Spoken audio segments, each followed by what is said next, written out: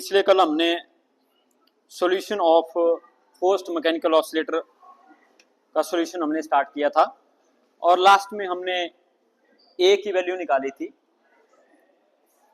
और जो ए की वैल्यू हमारे पास थी वो थी हमारे पास minus iota F not divided by omega Z C. ये हमारे पास एम्पलीट्यूड था जो फोर्स्ड मैकेनिकल ऑसिलेटर है उसका, कैपिटल ए हम एम्पलीट्यूड को बोलते हैं और यहाँ पे minus iota F not divided by omega Z C. Omega frequency है और Z C complex mechanical impedance हमारे पास था। और इसके बाद हमने स्टार्ट किया था phase difference between applied force and displacement. तो ये आर्टिकल पेपर में आया हुआ है कई बार, phase difference between the applied force and displacement. तो आपको पता है अप्लाइड फोर्स आपके पास क्या है, एफ, और वो कितनी है, एफ नॉट ई रेट पर आयोटा ओमेगा टी। वो है हमारे पास एफ नॉट ई रेट पर आयोटा ओमेगा टी। और जो डिस्प्लेसमेंट होती है वो आपकी एक्स होती है। तो हमने यहाँ पे निकालना है कि एफ और एक्स के बीच में कितना फेज डिफरेंस हमारे पास है। तो जैसा कल हमने किया था, तो लास्ट जो हमारे पास आया था,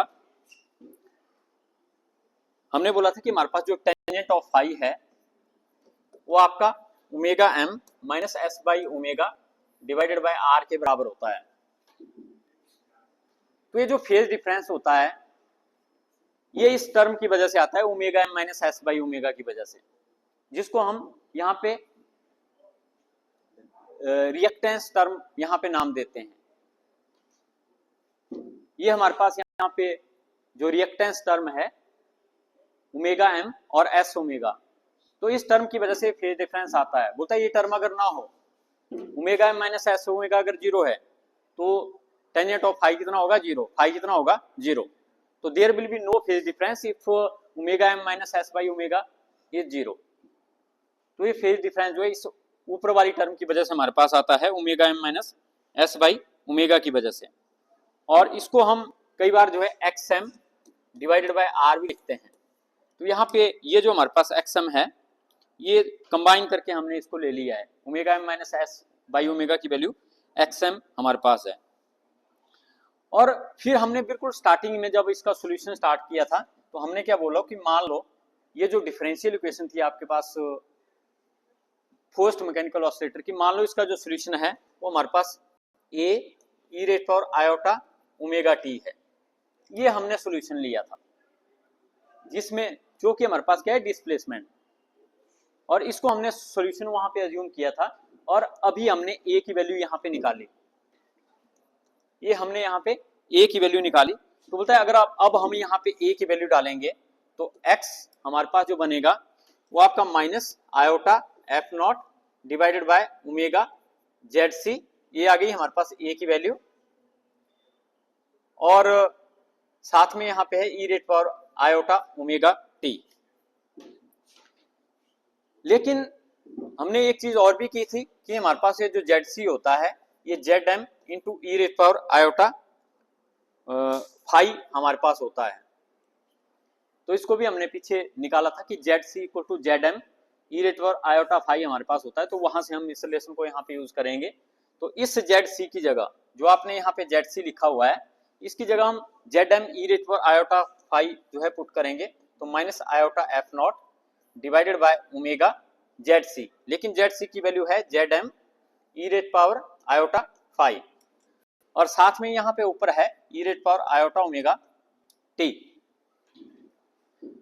अब यहाँ पे आप क्या देख रहे हैं कि नीचे e rate power iota phi है और ऊपर e rate power iota omega t है। तो हम ई रेट पावर एक ही कर सकते हैं, मतलब ऊपर ही अगर हम इसको ले जाएं तो हम क्या बोलेंगे कि it will be equal to minus iota और F not divided by omega into Z M और यहाँ पे हमारे पास आएगा e rate power iota omega T minus phi. तो इसको हम ऊपर ले गए, ये क्या हो गया, e rate power minus iota phi, और यहाँ पे e rate power iota omega t. तो आपको पता है कि जब e rate power iota omega t के साथ में आपका मल्टीप्लाई होगा e rate power minus iota phi, तो कंबाइन करके आपको पता है कि बेस अगर सेम है तो पावर आपकी ऐड हो जाती है, तो e rate power iota omega T minus phi इसको हम लिख सकते हैं। तो वही हमने यहाँ भी किया कि इसको हमने डायरेक्टली जो है इस तरह से यहाँ पे लिखा। तो हमारे बोलने को हमारे पास अब ये क्या बना, ये बना हमारे पास x equal to minus iota F not divided by omega Z M E rate power iota omega T minus phi. तो अब ये जो इक्वेशन है ये हमें यहाँ पे एक इंफॉर्मेशन देती है कि what is the phase difference between displacement and force.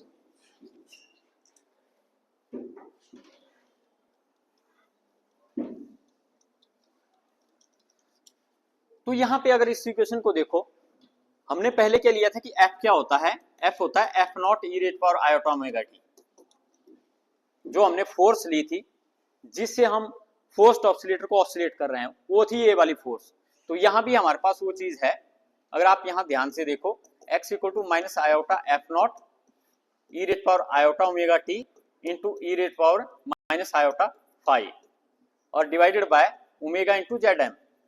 लेकिन ये जो F naught e rate power iota omega t होता है ये एफ के बराबर होता है, तो इसलिए यहाँ पे हमारे पास एक्स क्या आएगा, एक्स हमारे पास आएगा minus iota F into e rate power minus iota phi और divided by omega Z M. तो ये आर्टिकल थोड़ा सा कॉम्प्लिकेटेड है, स्टेप्स इसके नोट कर लें। तो यहाँ पे ये जो इक्वेशन अब आपकी आई, इससे हमें क्या इंफॉर्मेशन मिल रही है कि there is phase difference of minus phi. इसमें माइनस फाई है लेकिन इसमें नहीं है फाई, इसमें फाई नहीं है, ये एक्स में यहाँ पे एक्स के साथ में कोई फाई नहीं है, लेकिन यहाँ पे हमारे पास माइनस फाई है। तो इसलिए हम क्या बोलेंगे कि एक्स और फोर्स के बीच में, यहाँ पे फोर्स है हमारे पास, फोर्स के साथ में हमारे पास जो माइनस फाई है, तो इस इक्वेशन के बेस में हम बोलते हैं कि यहाँ पे जो फेज डिफरेंस रहेगा हमारे पास माइनस फाई रहेगा दोनों के बीच में। लेकिन साथ में एक और चीज यहाँ पे नोट करने वाली है कि यहाँ पे हमारे पास माइनस आयोटा भी है, माइनस आयोटा भी है। तो बोलता है कि आयोटा मल्टीप्लाई जिस भी टर्म से हमारे पास होता है वो iota pi by 2 phase difference provide करवाता है, पाई बाई 2 फेज डिफरेंस प्रोवाइड करवाता है। तो इसको आप अलग से भी समझ सकते हैं कि किस तरह से हमें इस चीज को बोलते हैं। तो जैसे मैंने एक एग्जांपल लिखा हुआ है कि हमारे पास कोई नंबर है z equal to X plus iota Y, मैं क्या कर देता हूं, इस नंबर को आयोटा से मल्टीप्लाई कर देता हूं। मैं इसको आयोटा, ए है हमारे पास नंबर, मैंने इसको आयोटा से मल्टीप्लाई कर दिया। तो जब आयोटा से मल्टीप्लाई करूंगा तो ए हमारे पास माइनस वाई प्लस एक्स बन जाएगा। तो ये हमारे पास minus Y plus iota x बनेगा।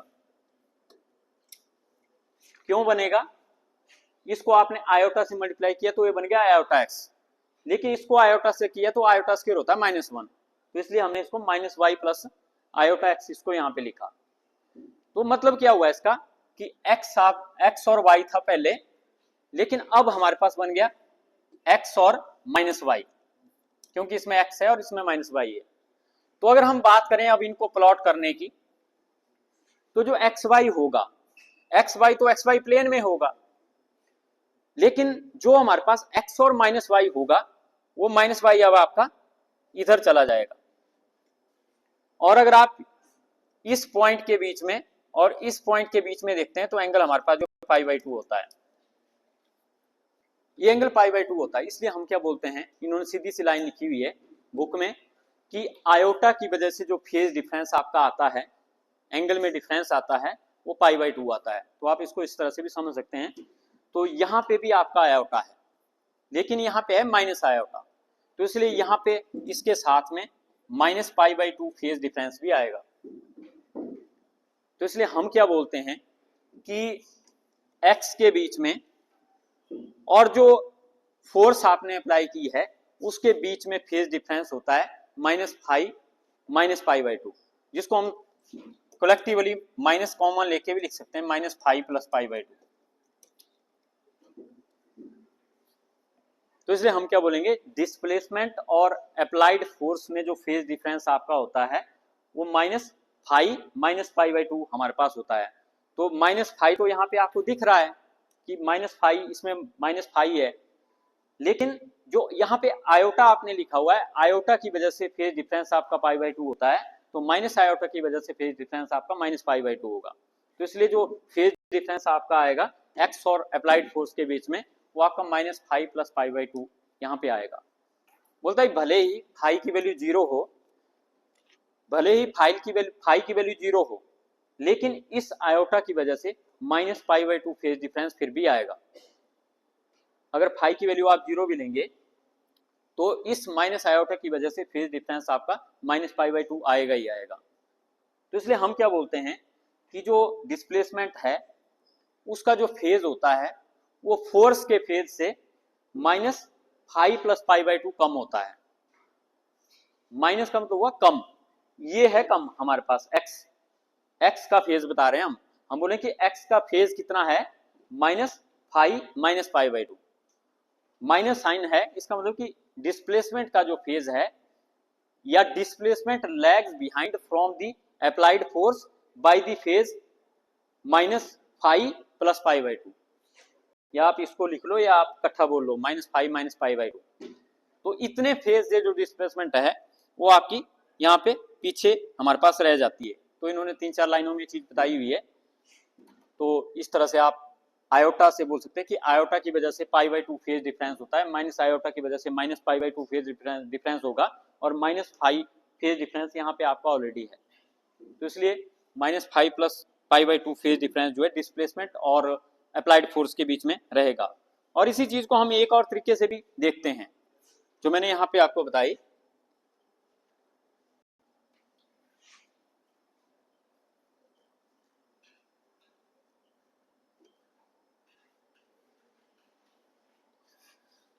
तो बोलता है कि हमारे पास जो अप्लाइड फोर्स होती है वो आपको पता ही है कि हमारे पास F = F0 e⁻⁴ आपकी अप्लाइड फोर्स होती है, जिसकी वजह से फोर्स्ड ऑसिलेटर आपका ऑसिलेट होता है। ये फोर्स हमने अप्लाई की होती है, और इसको अगर आप लिखो तो इसको आप इस तरह से लिख सकते हैं F0 cos of ωt plus iota F0 sin of ωt। e⁻⁴ क्या होता है, cos of ωt plus iota sin of ωt। तो F0 यहाँ पे है, इसलिए जो cos of ωt plus iota sin of ωt F0 दोनों के साथ में मल्टीप्लाई होगा, तो ये हमारे पास ये फोर्स आएगी। बोलता है अब यहाँ पे फोर्स के दो पार्ट हैं, एक है रियल पार्ट, एक है इमेजिनरी पार्ट। कॉम्प्लेक्स नंबर के दो पार्ट होते हैं, ये फोर्स भी कॉम्प्लेक्स है, तो इसका एक रियल पार्ट है फोर्स का, एक इमेजिनरी पार्ट है। तो बोलता है मान लो अगर हम इस फोर्स का रियल पार्ट ही लेते हैं, मतलब हम क्या करते हैं कि जो इक्वेशन आपने यहाँ पे ली हुई है इस इक्वेशन का हम सिर्फ रियल पार्ट ही लेते हैं। तो इस इक्वेशन का रियल पार्ट हमारे पास क्या होगा, x = minus iota F0 divided by omega Zm, इसकी बात कर रहा हूं मैं, इस वाले की, minus iota F0 divided by omega Zm। और इसका जो रियल पार्ट हमारे पास आएगा यहाँ पे, वो हमारे पास आएगा cos of ωt minus phi. तो पहले मैं इसका इमेजिनरी पार्ट भी लिख लेता हूं, ωt माइनस फाई। तो ये तो होगी डिस्प्लेसमेंट।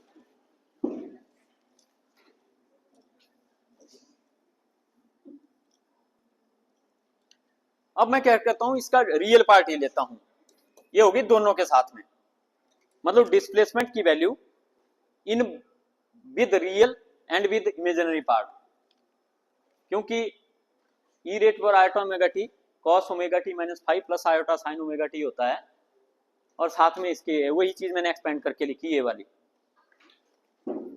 तो यहां पे अगर सिर्फ मैं अब रियल पार्ट की बात करूं, तो रियल पार्ट इस केस में हमारे पास कौन सा होगा, -F0 divided by omega Zm और iota cos of omega T minus five और minus sine of omega T minus five. तो यहां पे साइन आएगा,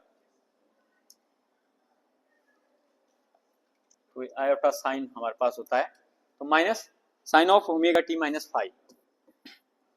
तो मैंने इसमें क्या किया, ये जो माइनस आयोटा है इसको अंदर मल्टीप्लाई कर लिया, ये वाला माइनस आयोटा अंदर मल्टीप्लाई कर दिया, तो यहाँ पे माइनस आयोटा आ गया हमारे पास, सॉरी माइनस बाहर ही रखा, आयोटा यहाँ पे आ गया। लेकिन यहाँ पे जब आपने आयोटा और माइनस आयोटा हमारे पास जो है मल्टीप्लाई हुआ, तो यहाँ पे हमारे पास जो प्लस आएगा, अगर हम इसको यहाँ पे अंदर मल्टीप्लाई करेंगे, नहीं यहाँ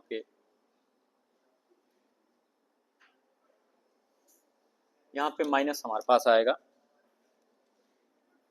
माइनस साइन आयोटा स्क्वायर की वजह से माइनस हमारे पास आएगा। तो आयोटा हम अंदर ले गए, तो आयोटा स्क्वायर हमारे पास जो माइनस वन हो गया, माइनस हमारे पास यहीं पे रहा, ये हमारे पास जो माइनस इधर ही रहा। तो अब अगर आप देखो यहाँ पे, अब भी इस इक्वेशन के हमारे पास एक रियल पार्ट है, एक इमेजिनरी पार्ट है, लेकिन अब वो चेंज हो गया है। इमेजिनरी पार्ट आपका ये वाला बन गया, पहले वाला। अगर आपने यहां से माइनस, यहां से आयोटा अंदर ले गए, तो ये इमेजिनरी बन गया, अब ये रियल बन गया। तो बोलता कि अब अगर हम मान लो फोर्स लेते हैं आप रियल, बोलता कि मान लो आप फोर्स लेते हैं रियल, तो जो रिलेशन होगा एक्स और एफ के बीच में वो भी रियल वाला लेंगे आप। तो हम क्या बोलेंगे कि when we will take real part of the force, then relation between displacement and force must be real.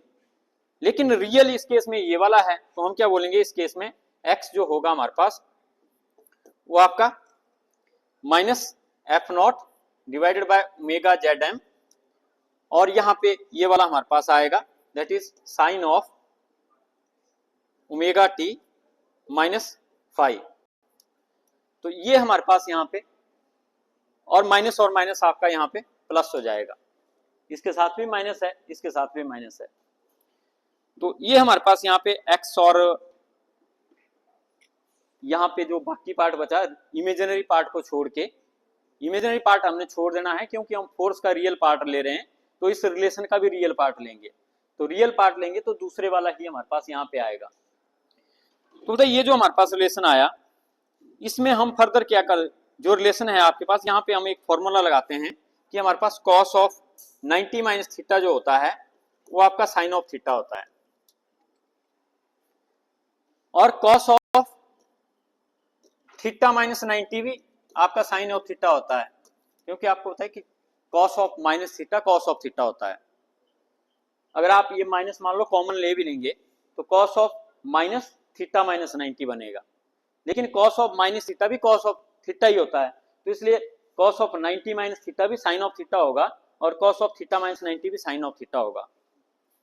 तो ये चीज हम यहाँ पे लगाएंगे, ये जो दूसरी वाली है ये यहाँ पे सेम चीज है। थीटा यहाँ पे क्या है, omega T minus five, theta हमारे पास है omega T minus five.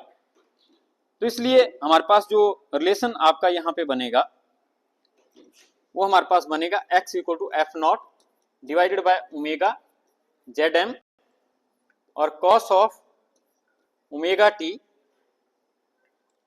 Minus five और माइनस पाई बाई टू, मतलब 90।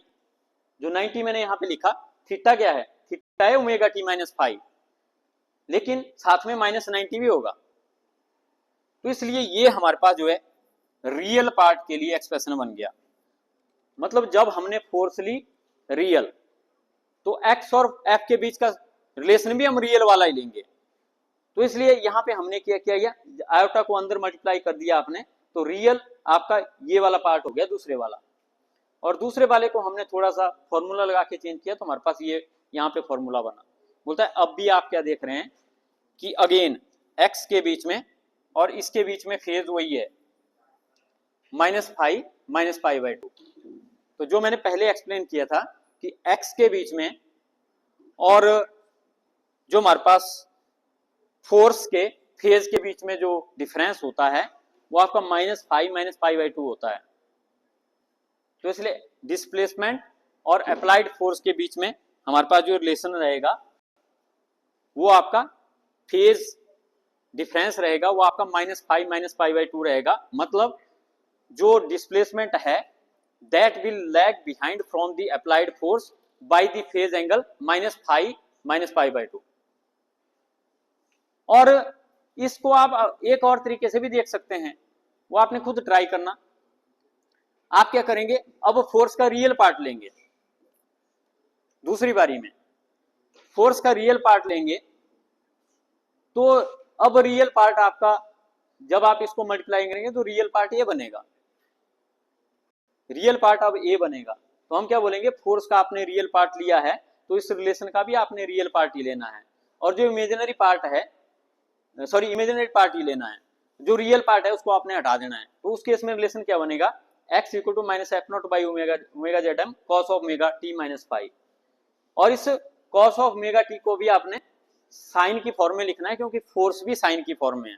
तो वहां भी हम देखेंगे कि जैसे यहाँ पे ये रिलेशन आया हुआ है लास्ट में, फेज डिफरेंस आपका cot 5-π/2 इन्होंने दिया हुआ है बुक में, तो आपने इसी तरह से फोर्स का इमेजिनरी पार्ट लेना है और ये रिलेशन भी इमेजिनरी वाला ही लेना है। तो इमेजिनरी पार्ट होगा f0 sign of omega T, और इसमें भी जिसके साथ आयोटा आएगा मल्टीप्लाई करके, तो इस आयोटा को अंदर मल्टीप्लाई करोगे तो ये इमेजिनरी पार्ट आएगा।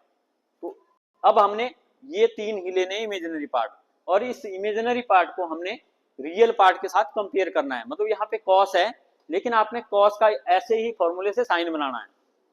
तो जब आपका साइन यहाँ पे बन जाएगा तो दोनों को कंपेयर करना है। तो जैसे हमने यहाँ पे कंपेयर किया कि ये हमारे पास कॉस रियल पार्ट है, ये भी कॉस है, तो फोर्स भी कॉस है और ये रिलेशन भी कॉस है। तो यहाँ पे फेज डिफरेंस अगर आप देखेंगे, यहाँ पे ओमेगा टी है, यहाँ पे भी ओमेगा टी है, लेकिन दोनों में आगे का नहीं है। तो इसलिए हम क्या बोलेंगे कि फोर्स का जो फेज डिफरेंस है, एक्स का फेज डिफरेंस उसमें -5 से कम है। तो अगर आपको ये समझ आ गया तो आगे वाला भी आप इसमें जो है इजीली कर लेंगे। फिर इसके बाद हम करते हैं बात एम्पलीट्यूड की, कि ये जो हमारे पास यहाँ पे ये रिलेशन आपने किए,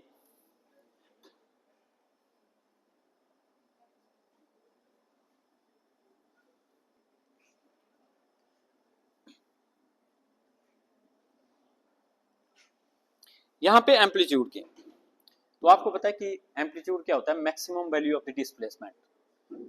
अगर हम बात करते हैं एक्स के एम्पलीट्यूड की, मतलब डिस्प्लेसमेंट के एम्पलीट्यूड की, तो वो होती है एक्स की मैक्सिमम वैल्यू। लेकिन अगर आप बात करते हैं वेलोसिटी के एम्पलीट्यूड की, तो वो वेलोसिटी की मैक्सिमम वैल्यू होती है। मतलब किसी भी क्वांटिटी की जो मैक्सिमम वैल्यू होती है वो हम उस क्वांटिटी का एम्पलीट्यूड बोलते हैं। अगर मैं बोलूं एक्सेलेरेशन का आपने एम्पलीट्यूड निकालना है, तो जो एक्सेलेरेशन की मैक्सिमम वैल्यू होगी वो एक्सेलेरेशन का एम्पलीट्यूड होगा। तो यहाँ पे अभी हम डिस्प्लेसमेंट के एम्पलीट्यूड की अगर बात करें, तो डिस्प्लेसमेंट के लिए हमने एक्सप्रेशन निकाला हुआ है, इधर डिस्प्लेसमेंट के लिए हमने एक्सप्रेशन निकाला हुआ है, तो इसलिए हम इसका एम्पलीट्यूड यहाँ पे लिख सकते हैं जो इसकी मैक्सिमम वैल्यू है हमारे पास। तो ये डिस्प्लेसमेंट है, तो डिस्प्लेसमेंट की मैक्सिमम वैल्यू हमारे पास यही वाली होगी जो इसके साथ में है। और इस वैल्यू को अगर हम देखें तो ये वैल्यू हमारे पास कितनी होगी, f0 divided by omega Z M will be amplitude. तो डिस्प्लेसमेंट की जो मैक्सिमम वैल्यू हमारे पास होती है हम उसका मैग्नीट्यूड लेते हैं। तो मैंने यहाँ पे जो माइनस आयोटा है उसके साथ में जो हमारे पास क्वांटिटी है वो हमारे पास f0 divided by omega Z M है। तो इसको हम इसकी मैक्सिमम वैल्यू यहाँ पे बोलते हैं, जो x के साथ में मैक्सिमम वैल्यू है। या आपने इसी आर्टिकल में देखा, अगर हम रियल और रियल पार्ट को आप कंपेयर करते हैं और इमेजिनरी पार्ट को कंपेयर करते हैं, तो यहाँ पे x की मैक्सिमम वैल्यू हमारे पास ये है। जैसे आपने पहले देखा था कि हार्मोनिक ऑसिलेशन के केस में कॉस के साथ में जो टर्म होती थी उसको हम एम्पलीट्यूड बोल देते थे। तो ये x की वैल्यू है, साथ में इसमें cos है, तो इसलिए x की जो cos के साथ में है उसको हम उसका एम्पलीट्यूड बोल देते हैं। तो यहाँ पे जो डिस्प्लेसमेंट का एम्पलीट्यूड हमारे पास होगा वो F not by omega Z M होगा। तो कई बार कंफ्यूजन होता है कि हमने इतने सारे एम्पलीट्यूड पढ़ लिए, पर ये जो एम्पलीट्यूड है ये फोर्स्ड ऑसिलेटर का, ये बाकी का नहीं है, ये फोर्स्ड ऑसिलेटर का है। तो इसलिए हम क्या बोलेंगे कि फोर्स्ड ऑसिलेटर का जो एम्पलीट्यूड होता है वो F not divided by omega Z M हमारे पास होता है। अब हमने डिस्प्लेसमेंट की बात कर ली फोर्स्ड ऑसिलेटर के, तो हम फिर क्या करते थे, वेलोसिटी की बात करते थे, एक्सेलरेशन की बात करते थे।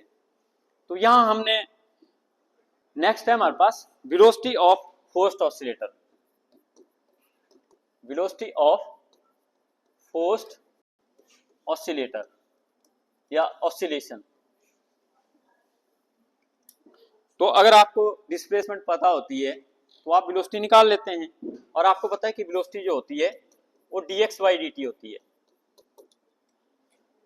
x आपको पता है, उसका डेरिवेटिव आप लेंगे x का, लेकिन x हमारे पास यहाँ पे जो है वो हम क्या करेंगे d by D T of x, लेकिन x हमने वहां पे निकाला हुआ है minus iota F not divided by omega Z M और e raise power iota omega T minus 5,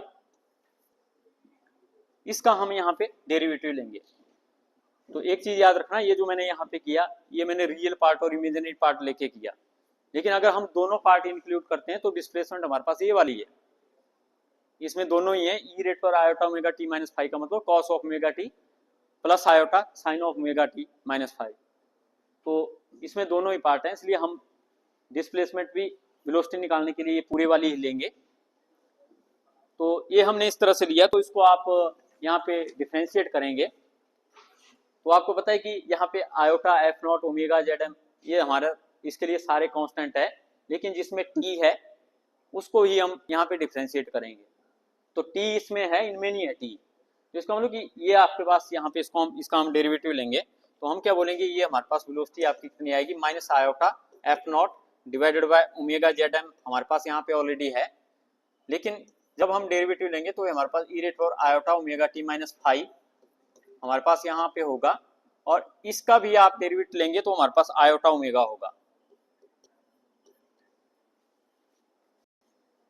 तो ए हमने एज इट इज लिखा, ई रेट पर आयोटा ओमेगा टी माइनस 5 का डेरिवेटिव ई रेट पर आयोटा ओमेगा टी माइनस 5 होता है, लेकिन इसका भी हम डेरिवेटिव लेते हैं तो 5 यहाँ पे कांस्टेंट है, तो इसका डेरिवेटिव आयोटा ओमेगा हमारे पास आएगा, इसलिए हम इसको इसके साथ में यहाँ पे लिखते हैं।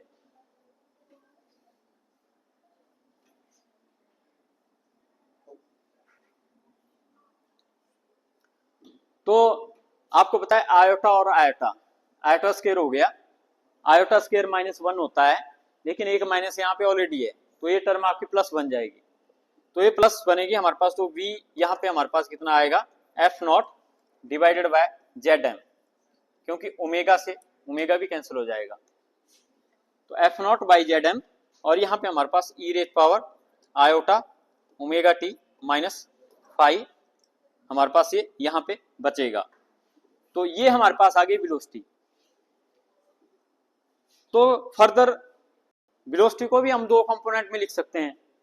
अगर आप यहाँ पे वेलोसिटी की बात करें तो इसको आप F not divided by Z M, तो यहाँ पे हमारे पास cos of omega T minus 5 और plus iota sine of omega T minus 5, इसको भी हम दो पार्ट में ब्रेक कर सकते हैं, क्योंकि e rate power iota omega T minus 5 cos of 5 plus iota sine of 5 के बराबर हमारे पास होता है।